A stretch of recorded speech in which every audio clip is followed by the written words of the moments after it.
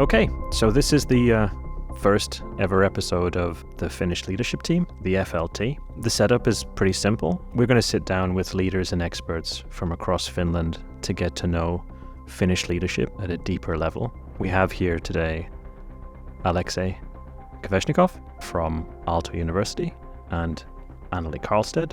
Alexei's particular experience is related to academia, to the thesis of leadership and of organizational design and development and management. Anneli's background is bias, diversity, equity and inclusion, psychological safety, corporate communications, corporate life, and much, much more. We're going to sit down with leaders and experts and ask them questions about their philosophy on leadership, their experiences in Finland, and what they truly believe is unique about Finnish leadership. What are you hoping to get out of the series we're about to embark on? Anneli. Insights about those things that leaders do not necessarily talk about. Yeah, or perhaps even revelations during the discussion about things they do, but they haven't recognized that they do. Perfect. The things they don't know that they know. Yes. Asko? It's cold. Yes. It's gray. Yeah. Yes. There's no sun. Yes. To keep yourself warm, you need to wear wool socks and go to sauna. Yes. But I think there are a lot of great things in Finland. And actually, in my professional life also, I met great Finnish leaders. It's true that not all of them are very kind of outspoken about their greatness. And I hope that through this series of podcasts, we'll be able to elucidate this greatness and where does it come from and what's its essence. That's my hope. And I'm Mark. I've been in pretty much every role there is in HR for about 20 years. I've been supporting leaders and teams and organizations on a journey of self-development for the majority of that time. And I hope we get to show the world what is truly good about Finnish leadership, because I believe that there are some of the best leaders in the world here in Finland, and I think that nobody knows about that. So that's why I'm here. Okay, so today we're joined by Asko Känsälä. Asko, welcome. Thank you, Mark. We'll give you now a little bit of an introduction. Anneli, would you mind doing the honors? Absolutely. So, Asko, I have looked you up and this is what I found. You were born and grew up in Ostrobothnia in Western Finland. You worked with Finnish Technology Development Center Tekes in Japan. You worked at Ericsson and as Executive Vice President of Corporate and Consumer Customers and Deputy CEO at Elisa. Elisa is a telecom and digital service provider which is headquartered in Finland. You joined Elisa in 2003, where your first job was to lead a significant transformation process leading to 685 people being laid off. You said in Helsingin Sanomat interview that, and I quote, "It was a painful process, ill understood internally and externally. People did not understand that in the future we simply have to do with less people." When WhatsApp and similar applications were born and less text messages were sent, you and Elisa, as the first consumer service provider in the world, changed the way mobile data was charged, moving away from monthly fixed fees to data speed-based charging.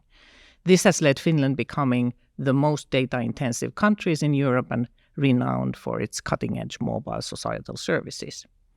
You were advised by expensive consultants not to mess with the charging model, but I'm told that you encountered them with comments such as, "The fastest and strongest do not always survive, but those who adapt fast do. And there's always a winner out there. Why can't that be us?" Now you are a grandfather with 10 grandchildren. And when I recently met with Elisa women at a dinner and told them that I have had the chance to work with you, they all went, "Asko, oi." Is this a good characterization of you? And why did the women go like that? Oh, first of all, thank you for inviting me to this podcast. And it's a great honor to be the first one in your podcast series. Thanks for that. It's an honor. And answering your questions, Anneli. It sounds a little bit like I have been involved in those things with my team. And about the ladies, I hope it's because of my leadership philosophy. but I'm afraid you have to ask them why they said so. That's why we're here. So the point of the FLT, our small gathering here, is to try and focus in on Finnish leadership and leadership philosophy of prominent Finns. Could you, in one sentence or less, give us a kind of brief summation of your philosophy on leadership, Asko?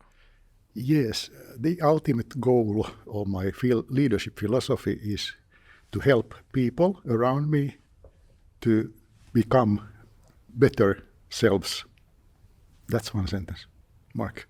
That is one sentence. To help those around you become better, their better selves. Yes. Wow. How did you come to this philosophy? It took, I don't know how long, tens of years to develop it, because I think leadership is a lifelong learning process, and also I believe it's not the role that you get or you deserve. It's a role where you grow into it. It's like a craftsman's process of growing into master. First you learn. Of course, these phases are not clear cut, but first you learn how to lead yourself, and then you start learning how to communicate, how to take the others along, and finally you start to search for clean line of leadership, which is again a kind of fancy term, but I think you need also fancy terms, and I believe that leadership also is an art form that can be mastered, and it's also like you have to practice and you have to kind of reflect and then do it again and again to improve your leadership. And if we look at leaders, in the beginning you can see, and the leadership manifests in the leader himself. But when time goes, the leadership manifests in how you interact and deal with other people.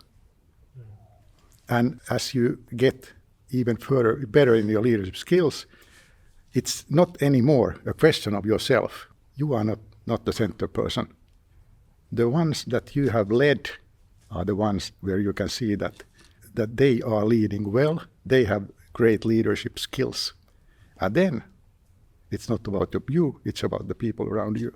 And that's why I believe that helping the people around you, inspire them to really unlock their fullest potential is the ultimate goal of leadership. If you're unlocking the potential in others, what's left for the leader in the center, right? So let's say as a leader you grow, you expand, you try to influence others, you try to watch their behavior evolve. What's the role? What do you actually practically focus on? That's a very good question, Mark. And I was thinking always that actually I would like to vanish from the leadership position. And even I said to Merja Rantaaho, the HR director at Elisa, when we are talking about my retirement, that when I will retire, I'm sure that nobody will remember me anymore at Elisa. I have kind of reduced my role to the zero. So that was, of course, I knew that it might not be true like that, but I think it's a very good way of thinking. Then you don't feel that you are the one they need anymore, but of course you leave some legacy, and you leave the legacy to the people that have been around you, and that's your handimark. That's your real handimark, and that's the ultimate goal of the leadership, to let the other people shine. And based on the women's reaction, you clearly have left a legacy. So, and they were various ages. So young Elisa women, as well as more senior ones. And it seems that there is a legacy, even though you are not there. You have left a legacy of leadership. And leadership, by the way, was the reason why they went like that. Thank you. Can I actually ask at this stage? So why is your leadership philosophy seem to work better with ladies and females than with males? I think Anneli has been only talking to ladies and females. I would like you to talk to the gentlemen as well, and to see what they say. So you think it applies equally to both genders? I hope so. As I was preparing for this, I went through some reviews that you could find on the internet, and most of them are actually written by females. Really good reviews written by females. So apparently your legacy works. Okay, if you want to dig that dimension, then maybe my leadership style is not a typical Finnish leadership style. I'm kind of sensitive and I'm soft, but it doesn't mean that I'm not strong and ambitious. I think it's extremely important in leadership that you understand the dimensions, to be kind and to be strong, or to be empathetic and to be decisive and to be optimistic, but really focused, so that you understand that you can mix and match these with the situation, because it's always dependent on the situation, always dependent on the person, that you get onto the same level of that person. And of course you have to be careful in when you are leading people and trying to develop them, that you are not that you are really trying to reach the human scale in your leadership. So it's not PowerPoint. Can I say bullshit? You can okay. say bullshit, yes. Because I hate these difficult words, and you have to take your leadership.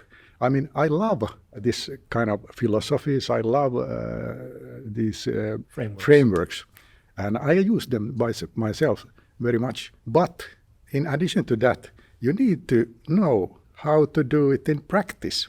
You need to have an understanding that it's implementable. I mean, hands, can you handle it? And of course you have to have your heart. I mean, you have to love the people that you are leading. You have to like them. You have to want to help them, and you enjoy when you are kind of seeing them to really shine. And like I was saying, that leadership is like an art. And where does the art, or what is the art? I mean, it sounds very non-leadership word, but well, let's take an example. If you read the Aki Kaurismäki's interview, it was in September, about his latest film, Dead Leaves, or was the name of the film. And he said that his wife said that the all purpose of art is reduction. And that sentence is really, I mean, take that art word away and put the leadership instead. Right. This is how I try to figure out things that I just associate. And then if you take that, the purpose of leadership is reduction. And I thought, wow, now Aki put it in nice words. And he even continued in that interview. He said that, but make sure it doesn't become a short film. And I think, sure, short film? Well, that's consultants. But this is the way you kind of associate things and kind of play with words, play with things, and then you come up with ideas, and then you start thinking that how do I apply this in real world?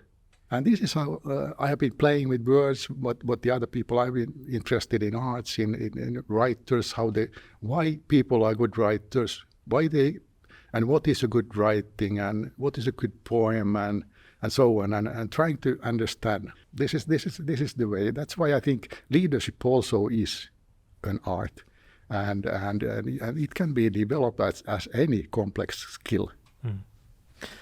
I want to get back to the short films and the short filmmakers later, because that's actually an interesting point. But you mentioned that you can recognize that your own personal style of leadership is probably not the traditional Finnish style of leadership. Have you got a good articulation for what you think the sort of traditional Finnish approach for leadership is? Are you able to describe it? Maybe not, but because I never wanted to become a leader. I never wanted to be a leader, and I hate if somebody treats me as a leader, because people try to put you in the corner room, stay there, and you are not part of the common person's life. And the old style of leadership is giving orders, and the people are typically on the pedestal, and they lose their humanity.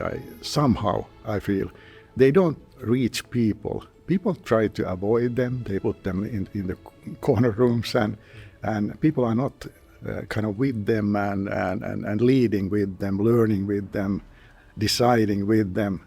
No, they are the decision makers, bold, big and bold. And if you start playing that kind of role, you will lose. I was afraid. I will lose my personality.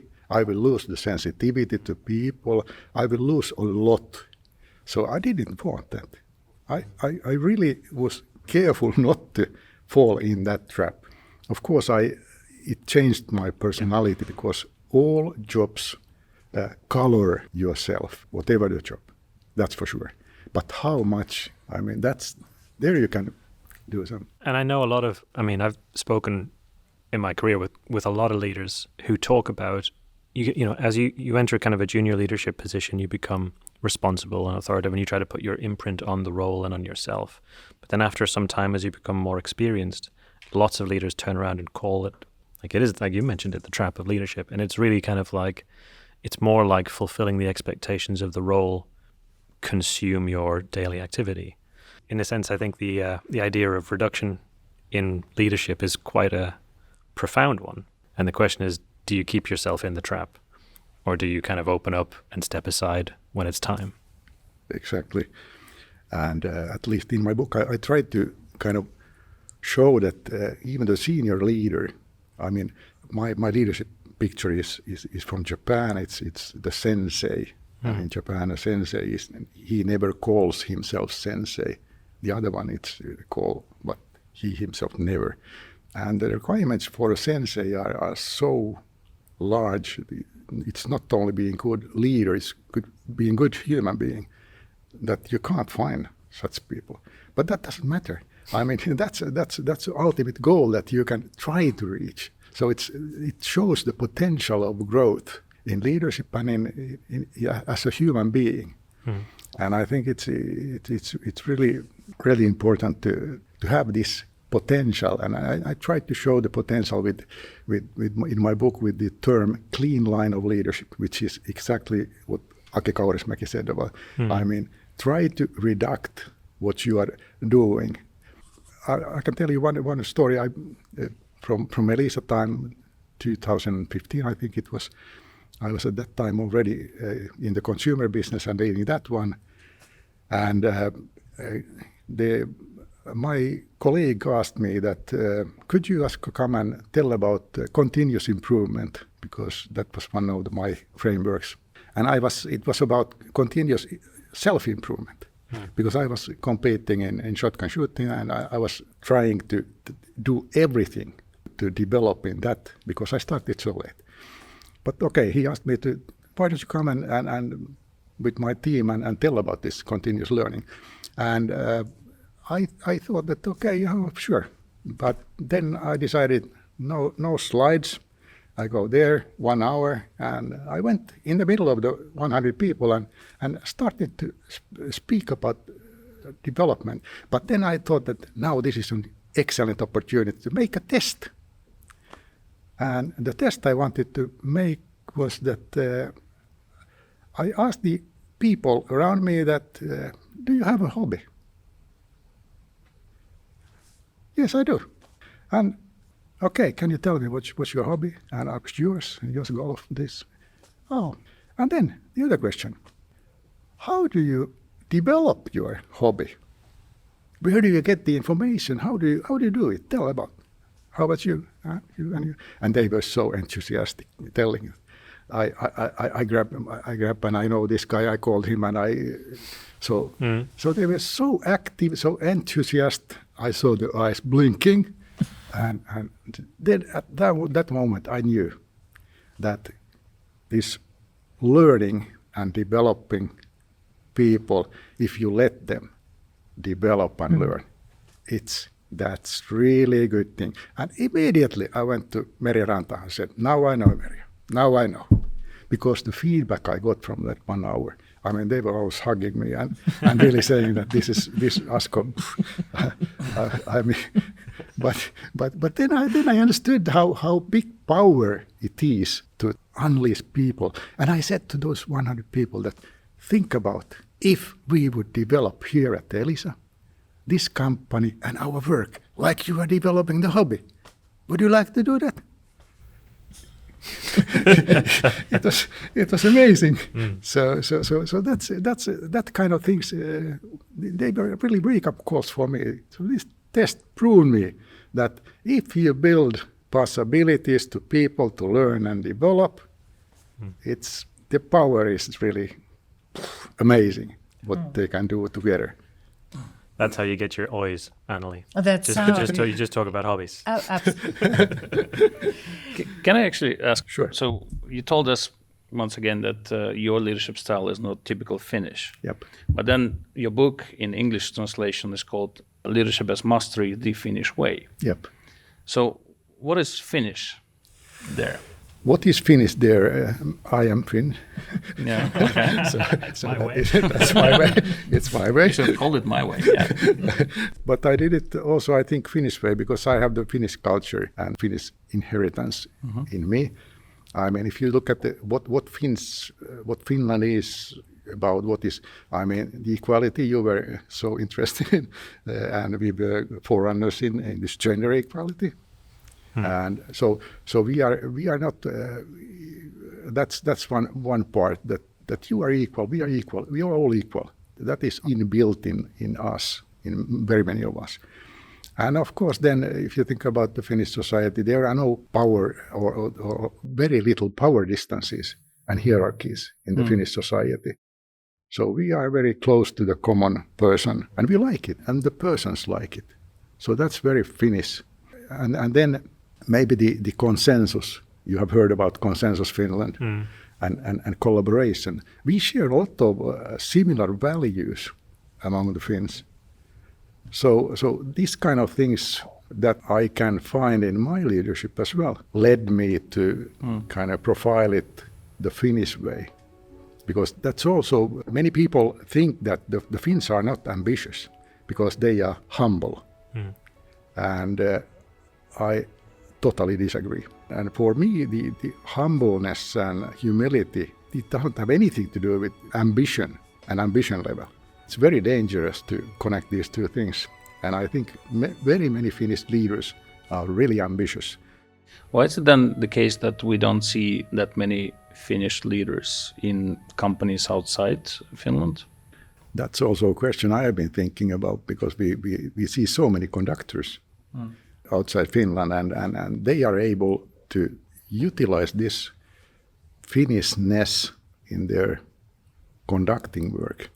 But somehow the Finnish leaders are not able to profile and utilize this Finnishness in their leadership because they are so strong and I think future-oriented skills or how would I call them that could help even big global companies to be successful.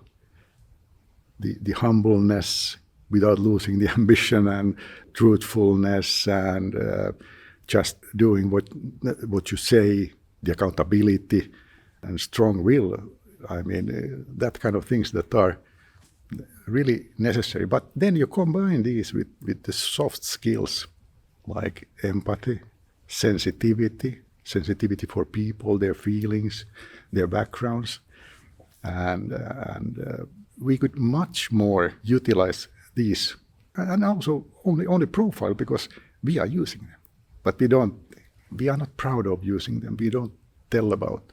There are very few leaders that tell about how they lead because I think that is very interesting, how they think.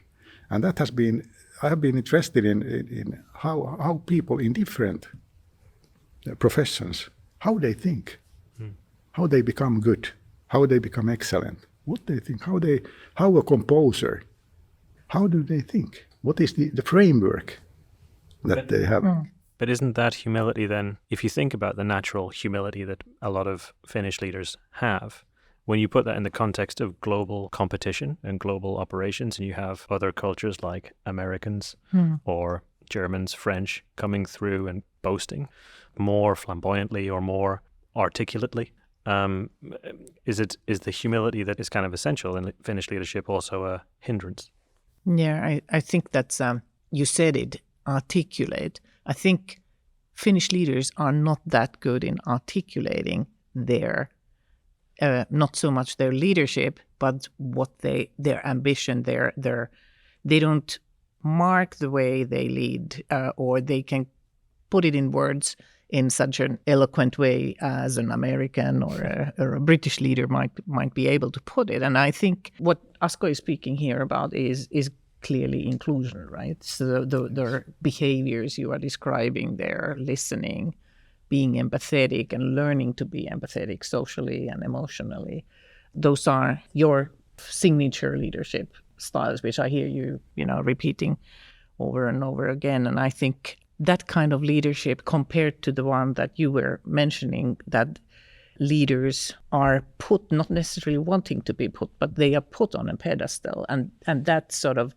how do you come down from the pedestal, actually build those behaviors that you inherently have into your strength and start exhibiting, start communicating that way that they become visible to others. Yeah. Communication is extremely important for a leader. And it's not easy because Finns are not good at talking about themselves. But, sure, some words need to be put around it. What about during the tough times? I think in the book, and I think you're quite open talking about some of the more difficult times, and empathy and inclusion and humility. These are all great facets of leadership when everything is either okay or when it's calm. But when you're in the crisis mode, is it still the same? Do we still let people blossom? No, it's not the same, definitely not the same, because when you start talking about the big change or transformation, then like we started with Elisa 2003, I mean, the guidance for us was that you have 3 priorities: speed, and speed, and from the board. Mm. And so when you start that kind of cut and paste type of leadership and result leadership, it's there is not room, there is no time for proper thing, and that's why I am so great fun with this adaptiveness and adapting early on things to avoid big changes, and that's one thing I have been thinking a lot, and that I learned from New York, from Columbia Business School. Willie Peterson, the professor, was really clever on this, and how to build a continuously winning company, and how to avoid big changes, because these big changes, I mean, you can do them, but typically, if you are in a hurry, the people inside the company will be the ones to suffer, and you will break the processes inside the company, and if it took us how many years? I don't know, many years, to get that trust back from people that you really understand something, that you are not just a bunch of young guys coming to cut and transform this company, and then start little by little to get the trust back, and then start to build the teams and the people. But in those intense times in 2003 and others like them, sure, did you revert back to the giving orders and living in the box? Yes, I did. I did result kind of a management by result. It was a must at that time. I mean, we didn't have time to do it the way I would have liked to do, and I was afraid that my personality will change. That's the reason why it was so much against my person, but I did it. So I knew that, and I said to everybody at Elisa that let us never go back to that state, and let's keep this company in a good position and a good condition, and let's do everything to avoid this, because I know I have been there.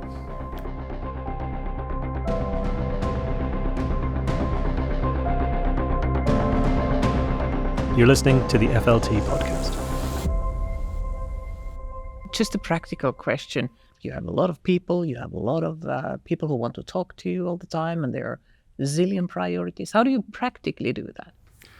Well, practically, first of all, when I was at Elisa during the 2010-2020 timeframe, I was leading the biggest business, consumer business. So I had some 12, 13 subordinates in my team. I was responsible for the investment board.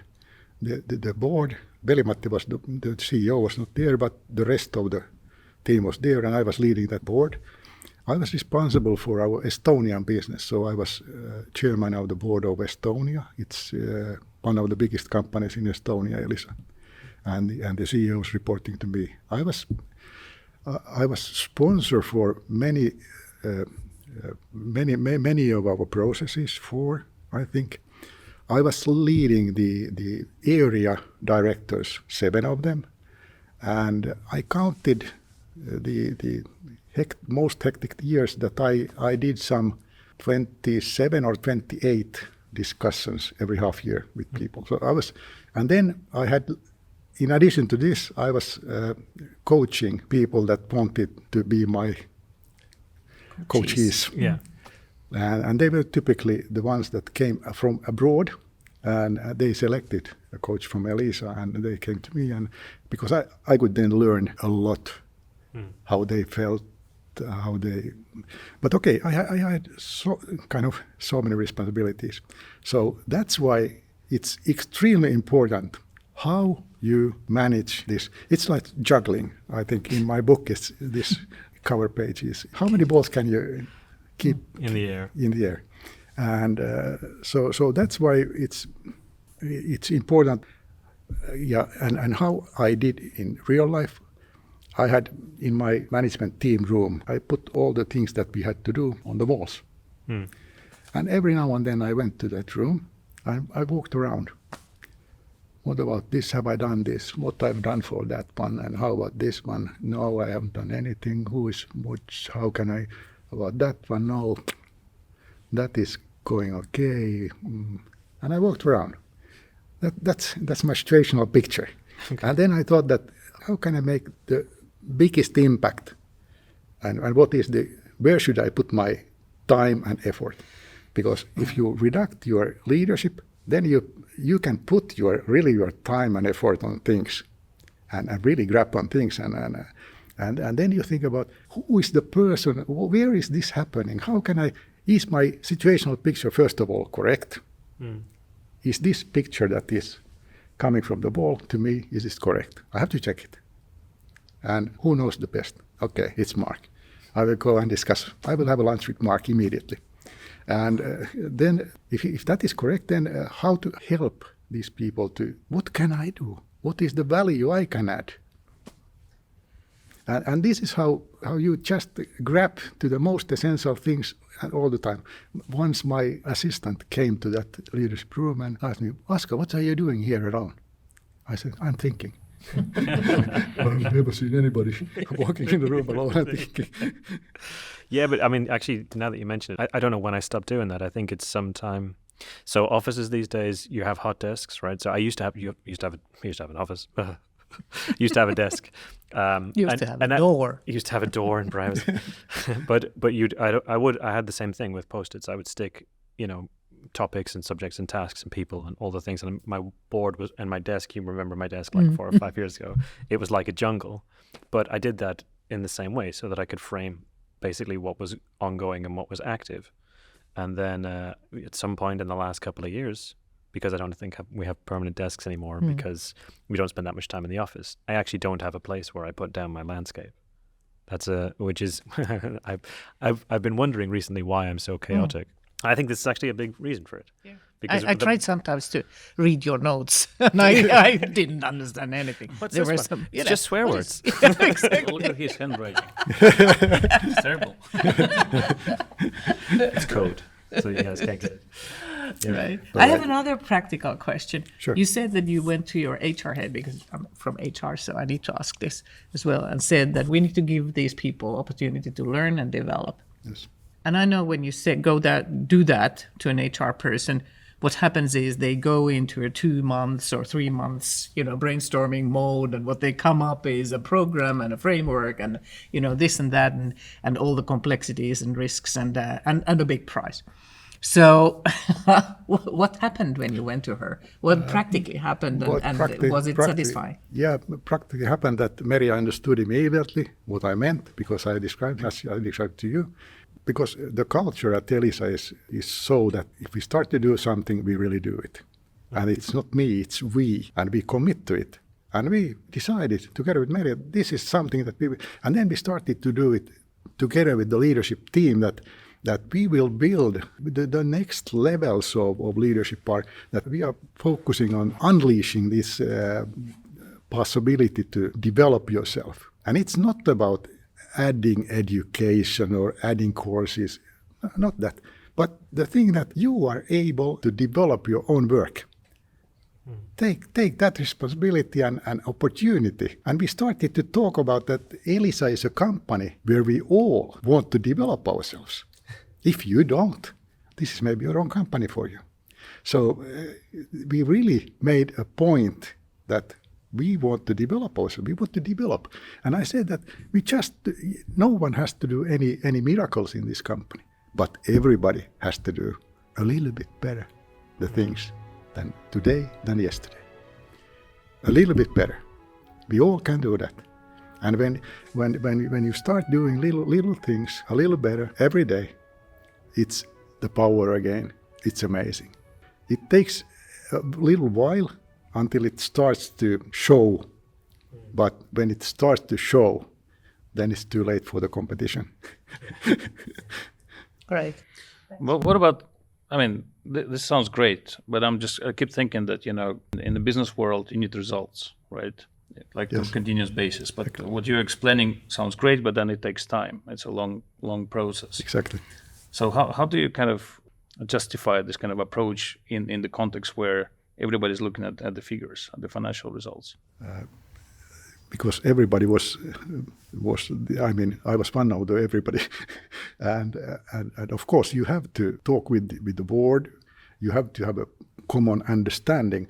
I was lucky when I started at Elisa and with Veli-Matti, the CEO, we discussed a lot about our leadership principles, because we knew we were going through the very difficult times. And I think this is very unique, that the leadership team discusses the leadership principles. They became later on our values, and we had deadly sins as well, which meant that if you break these rules, you will be fired immediately. And it was no joke. Like political game, stabbing on back, not warning in your fellow, and so on. We had listed them. And so the culture we built, the leadership culture, was so strong, and it kind of lasted for this 20-year time. And this you have to understand in order to understand the culture. And the leadership culture was basis that we could build this continuous improvement culture. We could build this culture of adapting, and we never forget about the results. They had to be there. There's no leader that doesn't deliver results.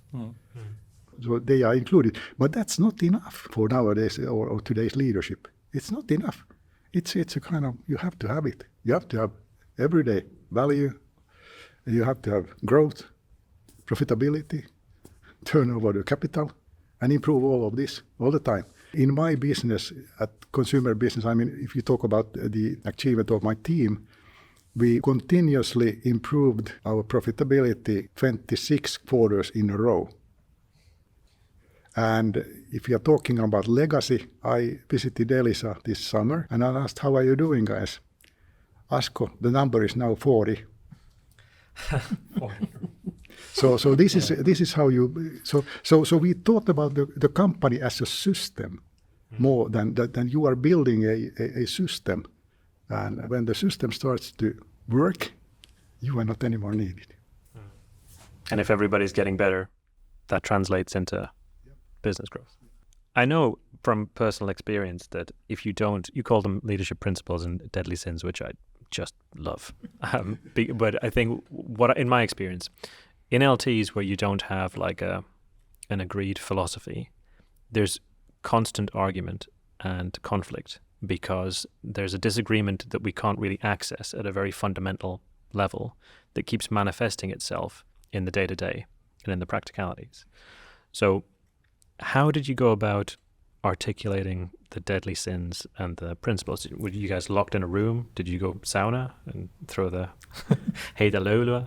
Or was it, was it condensed? Did you do it in one intense session? Did you do it over time? We did it in the condensed session. It was not. I don't remember exactly how we did it, but we needed them when we started to the reductions of people. We reduced from 7,000 for many rounds, but that was below 3,000 when we ended. And so we knew that when we go in this type of thing, we need really strong, really solid principles and deadly sins. But we decided that we will not explicitly communicate this. It's only for the management team. And we will walk and show this. No PowerPoints, no explicits. No evidence. So if you were to give one advice to contemporary leaders, what would that be? Except that they have to watch Aki Kaurismäki's movies, of course. Then they should also look at Klaus Härö's movies, because Klaus Härö is also a movie director who said in his, I think 2 years ago when he turned to 50, that I love his movies. They are also reductions and like Miekkailija or Kahvia Pappi Jaakobille. And he said that when he started to do this Kahvia Pappi Jaakobille, Coffee to Priest Jacob, that when he does a movie, he wants everything to be in sync. The music, the dresses, and everything. So I thought, that's like a company strategy. You need to get everything in sync to tell the same story. And then he said that, why don't you, people that we are financing the movie, why don't you put in some shooting and some banging there? And he said, this movie is about stagnation. You cannot put that kind of things in. And it's exactly the same. Try to stick in your strategy. And there were so many people tell me that, hey, Asko, let's start doing this. This is good. I said, yeah, it is good, but not for us. Strategy is about selections, and we have selected. And as soon as we will feel that this is good for us, I can move my mind around, no problem. But as long as not, I will stick to this. And it's like, what is my advice? Look at Klaus Härö. One thing that Anneli said, that you have to give examples. And one thing we haven't touched yet is that my role at Elisa, I always felt that my only value add at Elisa is that I was teaching how to think. and how big difference it is how you think. Because if I know how you think, then I will let you do. Yeah, go ahead. You will find the ways. You will experiment. You will success. It's no problem. And I got responsibility of our area directors. As you may remember, Elisa is consisting of many companies, and those area directors typically were former CEOs of those regional companies. So they formed regional directors, and when I got this bunch of guys, they were arguing, and we want this to this area and this area, and I thought that, oh shit, this is difficult to form something good out of this, and I can't get involved in these arguments, and I don't want to. So what is wrong in this? There's something wrong in this thinking. And okay, then we started to look at that how the other companies do regional management, invited them, listened to them. Then we invited people from the regions, like writers, economic writers, tell us what they expect from regional director. But then one day I understood that, I have been stupid. Because how these people are thinking is that they think they represent the area inside Elisa. And then I said, no, that's not the way to think. You are the representative of Elisa inside the region. And when we turn this thinking upside down, just to give you some examples of how the thinking is so important. And what is your framework? Because in one meeting, everybody's bringing their own news, their own updates, their own priorities, and then when you switch it around, that stuff goes out into the regions, and what they take is the consistent message. Yes. Okay, Asko, thank you so much again for the time today. So to close, then we ask, you came in and said that your philosophy on leadership was to enable others to shine. Asko, thank you very much. Thank you for inviting me, and thank you for your patience and listening me and my stories. They were great. They were really good. But please read my book. We have read. We have. Congratulations, by the way. Yes. Thank you. Yes. It's a great book.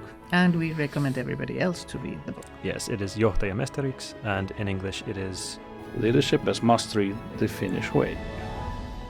Okay, so that was Asko, and our first podcast in the can, talking about enabling others and letting them shine. How do we feel, Anneli? I feel good. I'm a very visual person, and I especially like the way how he described his leadership team room, where he had everything laid out on the walls, and he went walking and checking, where are we, what's working, what's not working, what do I need to worry about, what not.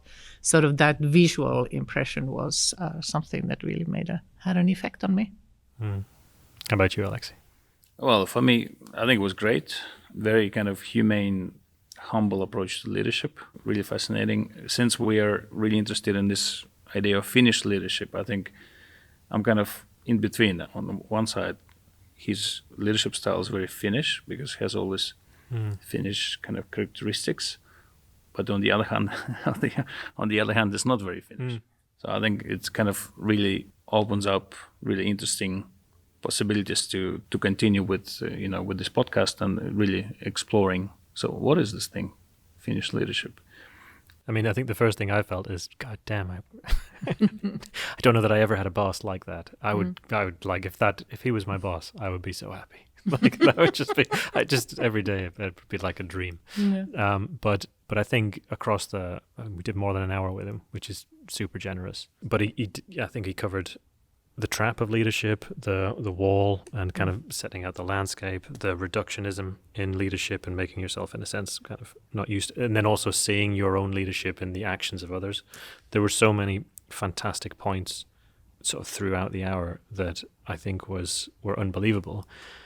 Chief among which, I think, is that thing of, is it Finnish or is it not Finnish leadership? Humility is the thing that stuck out to me. And I think that's at least one thing that's left in my head to explore further, which is like, Finns are humble. They don't articulate necessarily that well. And is that kind of, how do we keep the humility and build the articulation or the articulate capacity? There's something in there. But it's one of these kind of paradoxes, I think, right? It's a good thing, but it can be like a resource, can be a demand as well. Yeah.